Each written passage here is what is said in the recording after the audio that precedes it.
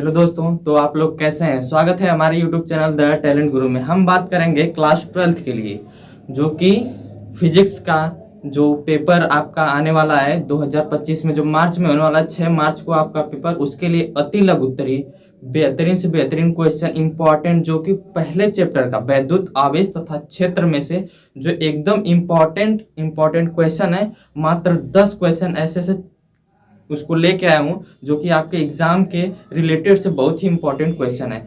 आप अगर एक बार देख लीजिए तो उसको अगर पेपर में ना आए तो फिर कहिएगा हमसे। आइए हम बात करेंगे फिजिक्स में जो आप लोग का पेपर होने वाला है, उस पेपर के लिए 10 क्वेश्चन, मात्र 10 क्वेश्चन लेके आया हूँ कि जो 10 क्वेश्चन आप पढ़ लेते हैं तो आपका कम से कम कुछ नहीं तो आपके ऐसे ऐसे नंबर तैयार हो जाएंगे, जो कि आपको लॉन्ग में भी आ सकते हैं। लॉन्ग में भी ऐसे एक क्वेश्चन रिलेटेड करते हैं, जिससे क्या करेंगे, उसको हम कनेक्ट करेंगे। कनेक्ट करने के बाद हम उसे क्या करते हैं, लॉन्ग के रूप में भी पढ़ सकते हैं। ठीक है, ठीक।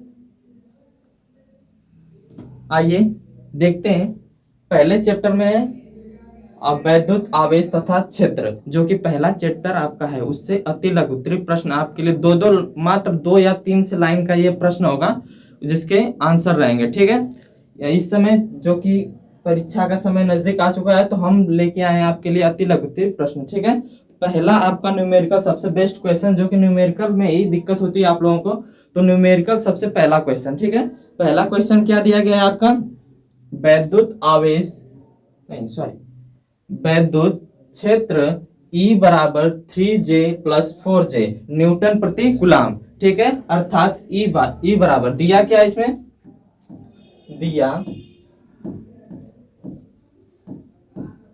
है E बराबर 3J + 4J, अर्थात इसके ऊपर कैप रहेगा। ठीक है, और क्या दिया है, एक तल के पृष्ठ क्षेत्रफल A 10I, अर्थात A बराबर क्षेत्रफल A बराबर 10I। ठीक है, I कैप हो जाएगा। ठीक, मीटर स्क्वायर, ये क्या होगा, न्यूटन प्रति कूलाम दिया गया। ठीक है, गुजरता है तो विद्युत फ्लक्स ज्ञात कीजिए। पूछा क्या भाई, विद्युत फ्लक्स का मान पूछा है। विद्युत फ्लक्स किसे कहते हैं, विद्युत फ्लक्स फाई। E बराबर क्या हो जाएगा हमारा, फाई बराबर E A। ठीक, तो हमारा मान क्या क्या दिया है, E दिया है और A दिया है, तो E का मान क्या दिया है हमारा, 3J कैप + 4J कैप। ठीक है, E का मान हो गया। इसके बाद क्या होगा, इसके बाद डॉट क्या दिया है, A का मान 10I कैप। ठीक है, 10I कैप दे दिया है, तो इसका मान क्या हो जाएगा,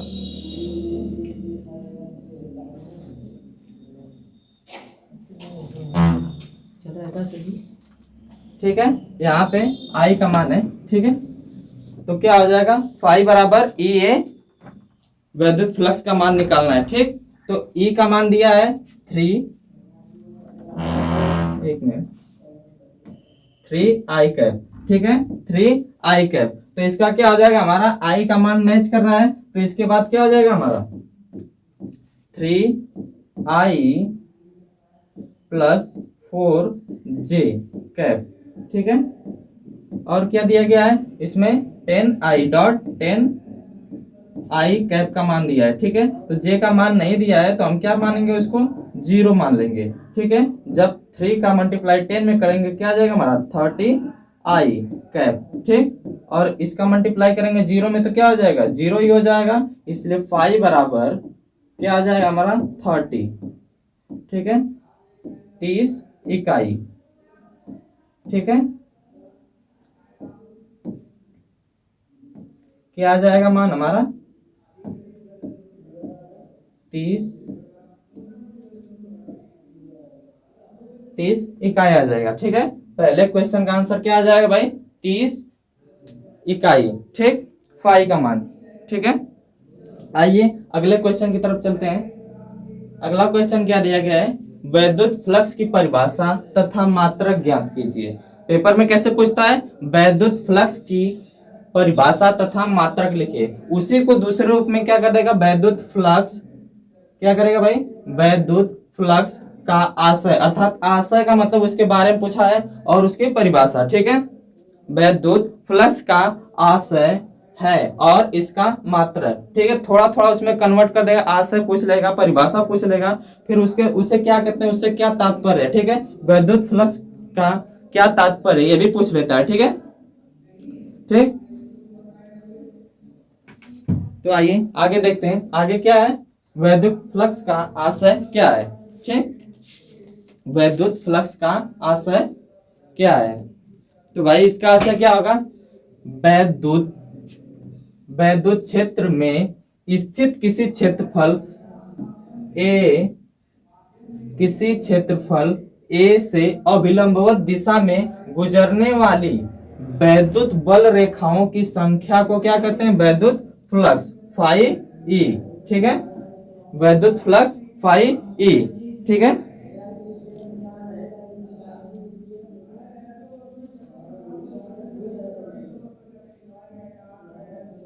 ठीक है, वैद्युत फ्लक्स फाई ई, और इसका मात्रक क्या होता है, न्यूटन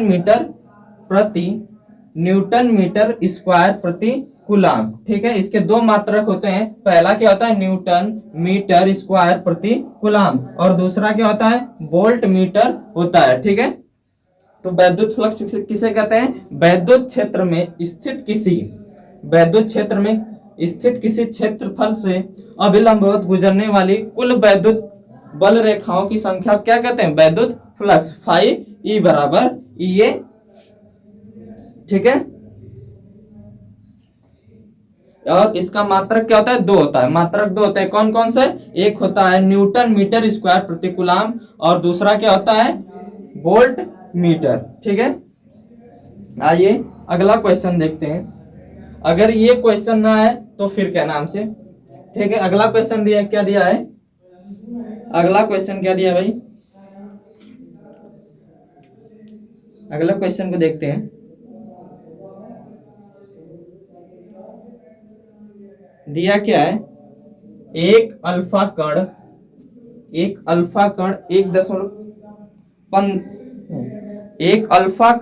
15 गुटे 10 इसके पावर 4 होगा भाई, 4 न्यूटन कूलाम इनवर्स। ठीक है, अर्थात एक अल्फा कण क्यू बराबर क्या आ जाएगा हमारा, क्यू बराबर 15 इंटू 10 के पावर 4 न्यूटन प्रति कूलाम इनवर्स। ठीक है, तो क्यू बराबर क्या आ जाएगा, नहीं दिया क्या है इसमें, पूछा गया भाई, चलिए देखते हैं।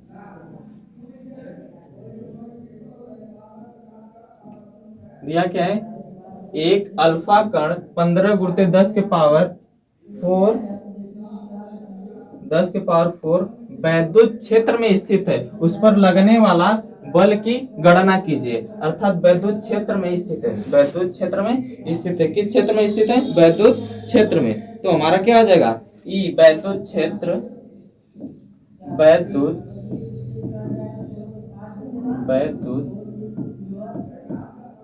क्षेत्र ई बराबर 15 गुणे 10 के पावर 4 न्यूटन प्रति कूलाम इनवर्स। ठीक है, और क्यू का मान कितना होता है भाई, क्यू का मान कितना आ जाएगा, एक अल्फा कण पे, अल्फा कण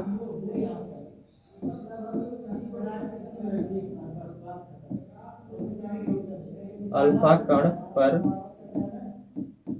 आवेश बराबर कितना आ जाएगा हमारा 3.10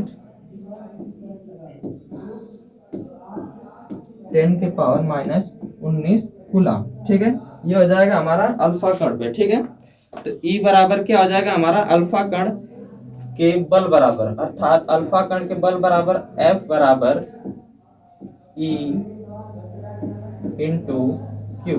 ठीक है, तो ई का मान कितना दिया है, 15 गुणते 10 के पावर 4। ठीक है, और आवेश का मान कितना हो जाएगा, आवेश का मान 3 इंटू 2 इंटू 10 के पावर -19 कूलाम। ठीक है, इसका मल्टीप्लाई करेंगे कितना आ जाएगा हमारा कितना आ जाएगा भाई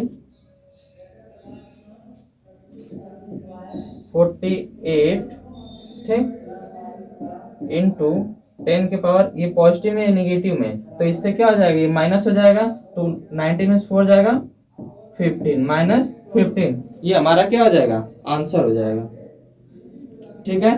और इसके बाद ये कितना है हमारा 48 इंटू 10 के पावर माइनस 15, तो हम क्या करेंगे इसको डेसिमल में कर लेंगे, दशमलव में लेके जाएंगे तो क्या हो जाएगा 4.8 इंटू 10 के पावर 10 की पावर 14, ठीक है, ये क्या हो जाएगा हमारा आंसर आ जाएगा, ठीक है। आइए अगले क्वेश्चन को देखते हैं। अगला क्वेश्चन क्या दिया गया है, अगला क्वेश्चन दिया है विद्युत बल संबंधित कूलाम का नियम क्या होता है, अर्थात कूलाम का नियम पूछा गया है, ठीक है। कूलाम के नियम से क्वेश्चन जरूर पूछते हैं, या तो लॉन्ग में पूछेंगे या तो शॉर्ट में पूछेंगे, ये तो कंफर्म है कि दोनों में से किसी न किसी शॉर्ट में या लॉन्ग में पूछ देंगे, ठीक है। तो कूलाम का नियम आइए जानते हैं, कूलाम का नियम किसे कहते हैं, ठीक है। कूलाम का नियम किसे कहते हैं, इस नियम के अनुसार दो बिंदु आवेश, जैसे कौन कौन से Q1 और Q2, ठीक है, दो आवेश के बीच लगने वाला बल उनके परिणामों के गुणनफल के अनुक्रमानुपाती होता है, अर्थात उनके बल जो लगे उनके बीच क्या होगा उसके अनुक्रमानुपाती होता है, ठीक, और उनके बीच की दूरी के वर्ग के व्युत्क्रमानुपाती, ठीक है, अर्थात F बराबर कूलाम के नियमानुसार F बराबर F प्रोपोर्शनल टू Q1 और Q2 अपॉन R स्क्वायर, ठीक है। अगर हम प्रोपोर्शनल को हटाते हैं तो हमारा क्या आ जाएगा 1/4 पाई एप्सिलॉन 0, ठीक है, और क्या आ जाएगा Q1 Q2 upon R square, ठीक, जहां एप्सिलॉन क्या है निर्वात की वैद्युतशीलता है, ठीक है, निर्वात में क्या है वैद्युतशीलता है एप्सिलॉन 0, ठीक है। तो कूलाम का नियम किसे कहते हैं, कूलाम का नियम उसे कहते हैं दो बिंदु आवेशों Q1 और Q2 के बीच लगने वाला विद्युत बल उनके परिणामों के गुणनफल के अनुक्रमानुपाती तथा उनके बीच की दूरी के वर्ग के व्युत्क्रमानुपाती होता है, अर्थात उनके दोनों आवेशों के क्या होगा अनुक्रमानुपाती और उनके बीच की दूरी के वर्ग के व्युत्क्रमानुपाती होता है, ठीक है। आइए अगला देखते हैं, अगला क्या दिया है वैद्युत द्विध्रुव क्या है, अर्थात वैद्युत द्विध्रुव की परिभाषा बताइए, ठीक है। पूछा क्या है वैद्युत द्विध्रुव क्या है, देखते हैं वैद्युत द्विध्रुव क्या होता है। वैद्युत द्विध्रुव में क्या दिया गया भाई, वैद्युत द्विध्रुव वह वैद्युत निकाय है जो दो बराबर परंतु विपरीत प्रकार के बिंदु आवेश, अर्थात आवेश के बिंदु जो हैं एक दूसरे से बहुत कम दूरी पर रखे गए हैं, अर्थात दो बिंदु आवेश हैं, मान लीजिए एक धन आवेश है एक ऋण आवेश है, ठीक है, एक क्या है धन आवेश एक ऋण आवेश है, ठीक, उन दोनों के में कम दूरी, अर्थात उनकी दूरी मान लेते हैं हम L, ठीक है, उनमें कम दूरी है, तो उसे क्या कहते हैं वैद्युत द्विध्रुव कहलाता है, ठीक है। अर्थात दो बराबर परंतु विपरीत, दो बराबर है आवेश जो विपरीत दिशा में रखे गए हैं, ठीक है, उन एक दूसरे से कम दूरी पर रखे उसे क्या कहते हैं वैद्युत द्विध्रुव कहते हैं, ठीक है। आइए अगला देखते हैं, अगला क्या है, अगला क्वेश्चन है विशिष्ट आवेश से आप क्या समझते हैं। ये क्वेश्चन करीब 3 बार पूछा जा चुका है, जो कि 2017 में भी पूछा था, 2019 में भी पूछा था, ठीक है। आइए विशिष्ट आवेश से आप क्या समझते हैं इसको जानते हैं।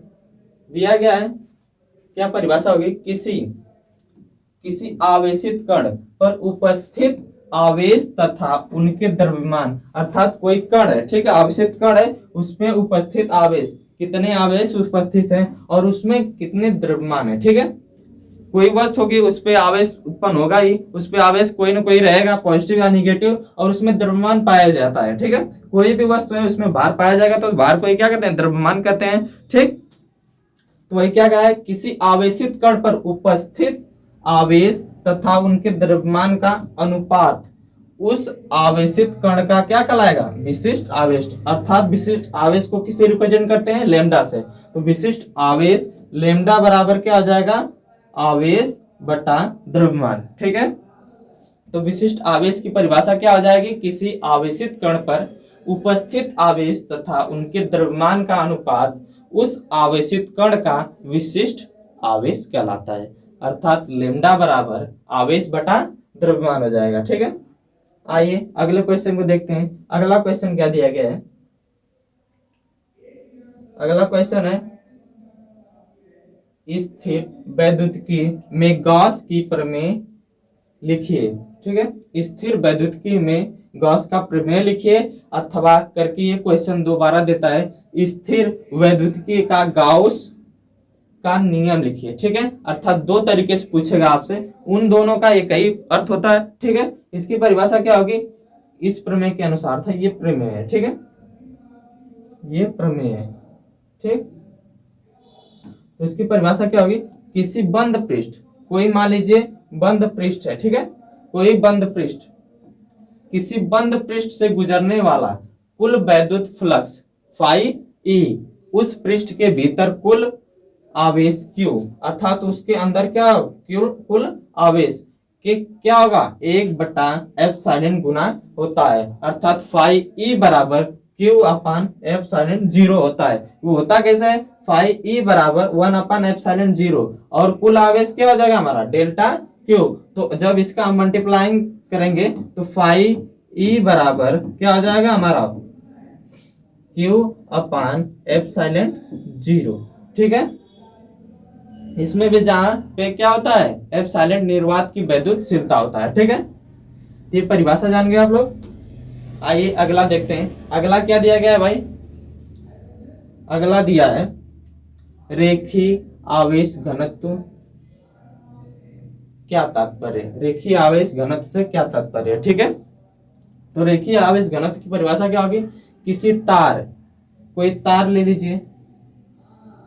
ठीक है, कोई तार लीजिए, मान लीजिए कोई तार है। ठीक, उसके प्रति एकांक लंबाई पर उपस्थित आवेश की मात्रा को रेखीय आवेश घनत्व कहते हैं। अर्थात कोई तार है, मान लीजिए 5 मीटर का तार है। ठीक है, तो 1 मीटर पे कितने आवेश या प्रति एकांक क्षेत्रफल पे 1 मीटर पे कितने आवेश उपस्थित है, उसे क्या कहेंगे? रेखीय आवेश घनत्व कहेंगे। जिसे किससे रिप्रेजेंट करते हैं? लैम्डा से। ठीक है, लैम्डा बराबर क्या हो जाएगा? लैम्डा बराबर Q अपान L होता है। ठीक है, अर्थात आवेश प्रति एकांक लंबाई पे उपस्थित आवेश को क्या कहते हैं? रेखीय आवेश घनत्व कहते हैं। ठीक है, आइए अगला क्वेश्चन देखते हैं। अगला क्वेश्चन क्या दिया गया है? अगला क्वेश्चन क्या दिया गया है भाई? अगला क्वेश्चन जबरदस्त है।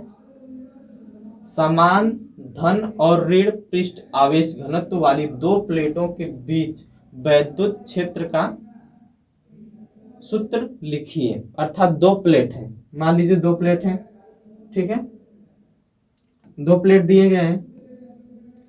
ठीक, दो प्लेट है, एक क्या है? धन, एक ऋण दिया गया। ठीक है, उस पृष्ठ के घनत्व दोनों प्लेटों के बीच क्या है? वैद्युत क्षेत्र E। वैद्युत क्षेत्र E बराबर सिग्मा अपान एप्सिलॉन 0 हो जाएगा। ठीक है, अर्थात E बराबर सिग्मा अपान एप्सिलॉन 0। एक प्लेट क्या है? धन आवेश है, एक ऋण आवेश, जहां पे पृष्ठ घनत्व तो क्या हो जाएगा? सिग्मा अपान QA। तो क्या हो जाएगा हमारा? सिग्मा। ठीक है, सिग्मा बराबर क्या हो जाएगा हमारा? Q अपान A हो जाएगा।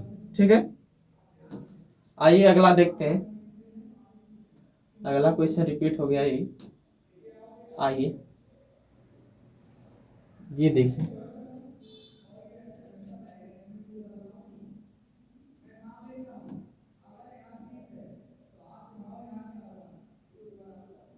अगला क्वेश्चन क्या दिया गया है?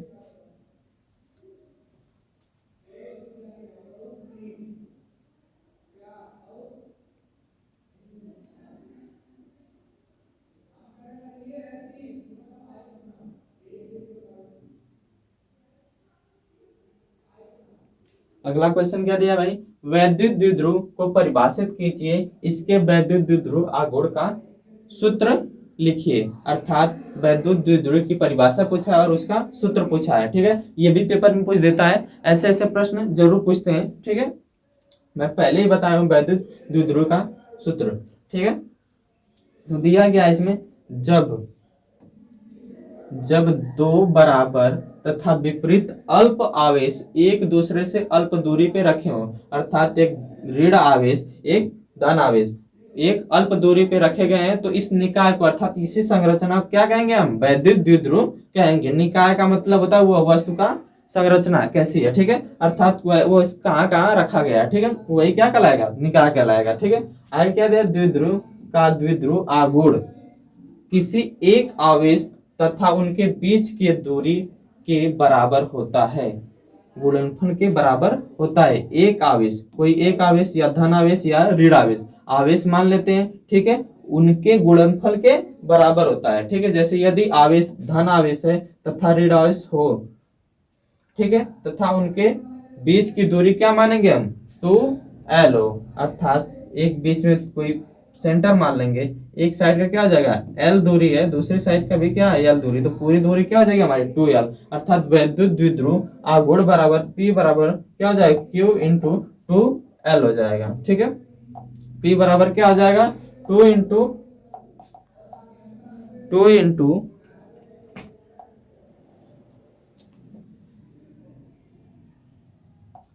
P बराबर Q इंटू 2l। इसका मात्रक क्या होता है? कूलाम प्रति मीटर, ठीक है। अगला क्वेश्चन क्या दिया गया भाई? ये क्वेश्चन जरूर पूछता है पेपर में, ठीक है, सबसे आसान क्वेश्चन और सबसे कठिन भी है, ठीक। इसमें क्या दिया गया है? एक चालक, कोई एक चालक तार मान लीजिए, ठीक, एक चालक पर 2.4 गुरुत्व 10 की पावर 18 कूलाम धनावेश आवेश है, बताइए इस चालक पर कितने इलेक्ट्रॉनों की कमी है या अधिकता है। कमी भी बताना है या अधिकता भी बताना है, इन दोनों में से क्या है, ठीक है, उस चालक पे। तो दिया क्या है? आवेश, आवेश बराबर क्या है हमारा?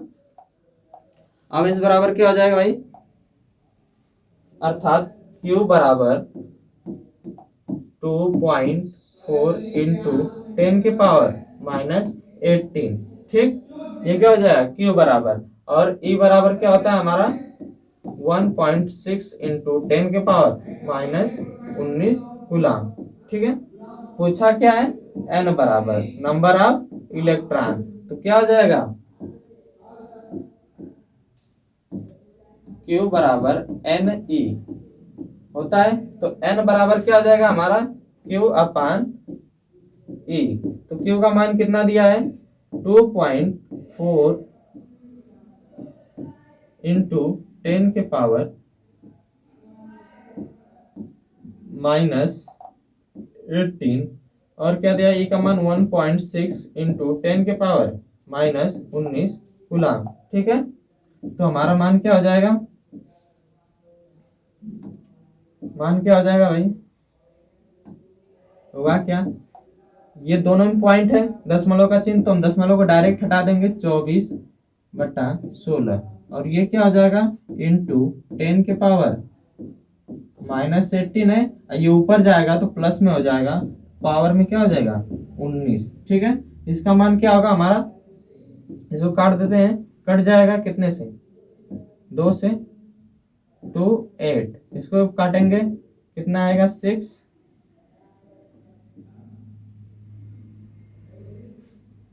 4, ठीक।